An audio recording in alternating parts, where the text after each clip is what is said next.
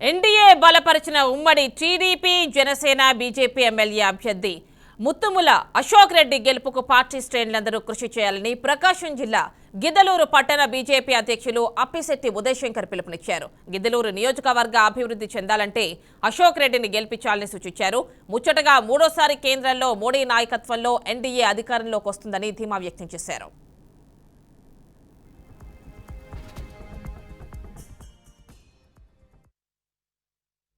కూటమిలో భాగంగా గిద్దలూరు నియోజకవర్గం అభ్యర్థిని అశోక్ రెడ్డిని భారీ మెజారిటీతో గెలిపించుకోవాలనేసి ఈరోజు పట్టణ ఆఫీసులో భారతీయ జనతా పార్టీ సీనియర్ నాయకులు అలాగే కార్యకర్తలు అందరం కూడా ఈరోజు మీటింగ్ పెట్టుకోవడం జరిగింది.